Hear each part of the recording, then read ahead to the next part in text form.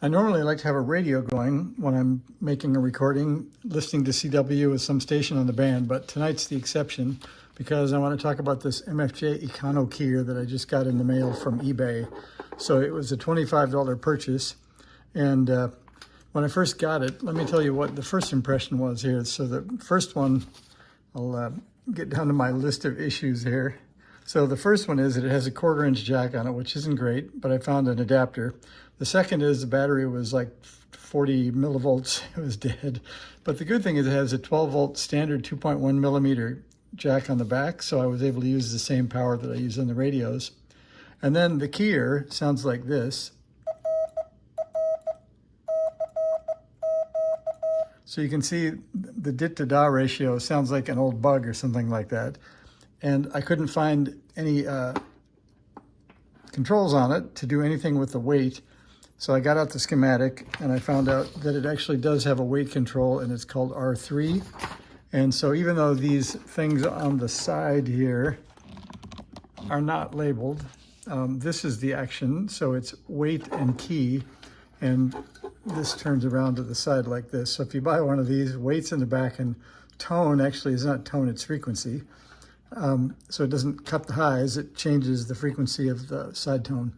And so then you get a whole bunch of options inside of it. And so they give you this sort of interesting key map of all the jumpers. The unique thing is they're labeled sort of like JMP1, JMP2, 3, 4, 5, 6, 7, 8, 9, something like that. They're labeled low and high. But let's see, if you look inside, you can see, maybe you can't see on this this view because it's kind of dark, but anyway, they're not in numerical order, and they are, you can see there's an L and an H in there, so all of mine are set to high. So apparently that may be the factory defaults. Well, no, I guess that would not be true because it says other zeros should be set to low, low, and we're set to high, high. So other zeros for me is going to be a T. And here's another case where leading zeros will be a T instead of an O. So you can pick what this keyer does. But I'm not sure if that's true because after looking into this a little bit, I was looking on the schematic and it says clearly up here that this is a PIC 16C72. But if you look in here, this is a Curtis 8045 ABM. That's the way it used to be in the old days, apparently. This schematic is labeled MFJ 441 or 401B, and this clearly says it's a 441, but there must be an earlier version that, or a later version maybe, that uses the PIC chip. But so far, the jumper settings and all that stuff have worked out, so it's working out okay.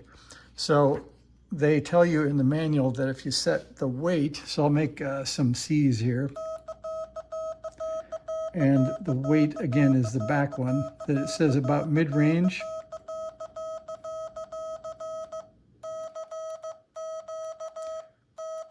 And sure enough, that gets it at about 3 to 1. That sounds pretty respectable.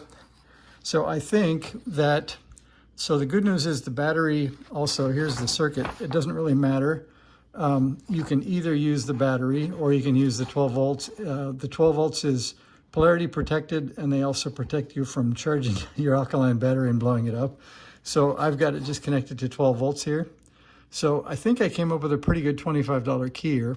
I'm gonna try it on a radio. One of the other nags is that it has on the output an RCA jack, which I don't use in the shack, so I'm going to make a cable for that to get it to the small, I think that's an 1/8 inch mono jack that fits all the various rigs. And the reason I got this is because it's just about the same size as the Cubs, and I'm going to get back into the Cubs here soon, and they have no keyer. So even though it's as big as the radio, it sort of fits the mood and it's about the right age. So that's what we're going to do. So thanks for watching. If you bought yourself an Econo Keyer, maybe this helps. Thanks for watching. See ya.